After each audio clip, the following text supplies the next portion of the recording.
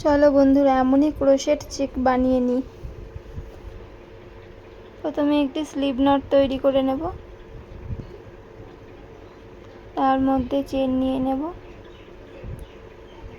1 2 3 4 5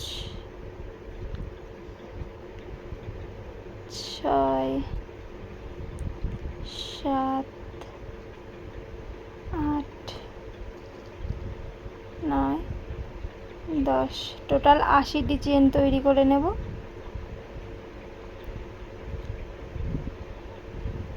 আরেকটি চেন নিয়ে একটু বড় সুতো রেখে কেটে নেব। সুতোটা একটু বড় রাখলাম, ওখানে একটি পুঁতি সেট করব বলে সুতোটাকে বড় রেখেছি। তারপরে প্রথম চেনের মধ্যে যে কোনো কালারের আরেকটি সুতো নিয়ে নেব। প্রথম চেনের মধ্যে প্রথমে হুকটিকে ঢুকিয়ে নিয়ে অন্য কালারের সুতো নিয়ে নিলাম। স্লিভ নট তৈরি করে নিয়েছিলাম।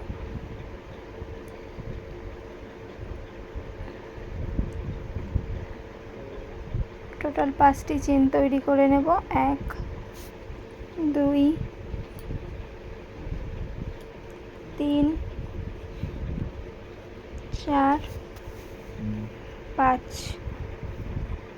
এবার এখান থেকে 4 নাম্বার ঘরে গিয়ে 1 2 3 4 নাম্বার ঘরে স্লিপ স্টিচ করে নেব।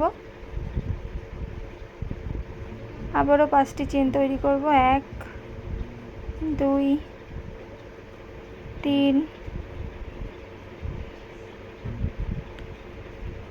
4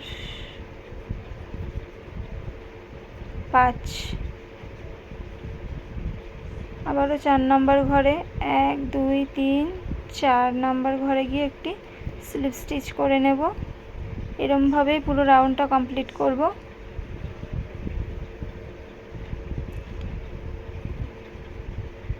দেখো পুরোটা কমপ্লিট করা হয়ে গেছে।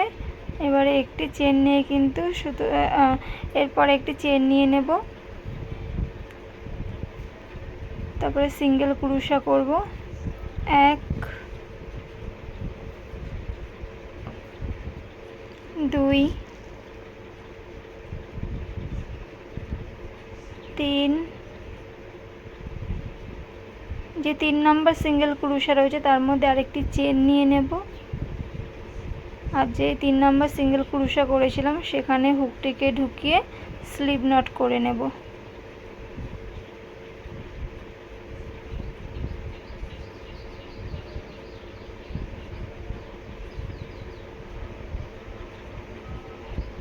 এটা ছিল 3 নাম্বার সিঙ্গেল ক্রোশা।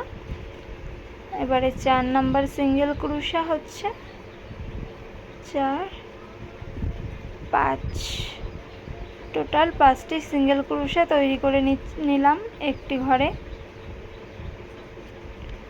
আবারও পরেরটায় তার পরের ঘরে গিয়ে আবারও সেম পদ্ধতিতে তৈরি করব।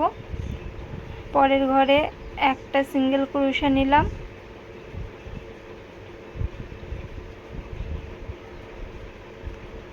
দুটো, তিনটে সিঙ্গেল ক্রোশা। এবার একটি চেন নিয়ে নেব। যেটাই সিঙ্গেল ক্রোশা নিয়েছিলাম সেই সিঙ্গেল ক্রোশার মধ্যে একটি স্লিপ স্টিচ তৈরি করে নেব।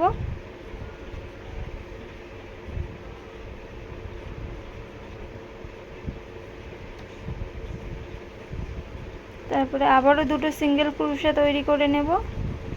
টোটাল কিন্তু 5টি করে সিঙ্গেল ক্রোশা হচ্ছে। তো এরমভাবে আমি এই রাউন্ডটাও কমপ্লিট করে নেব।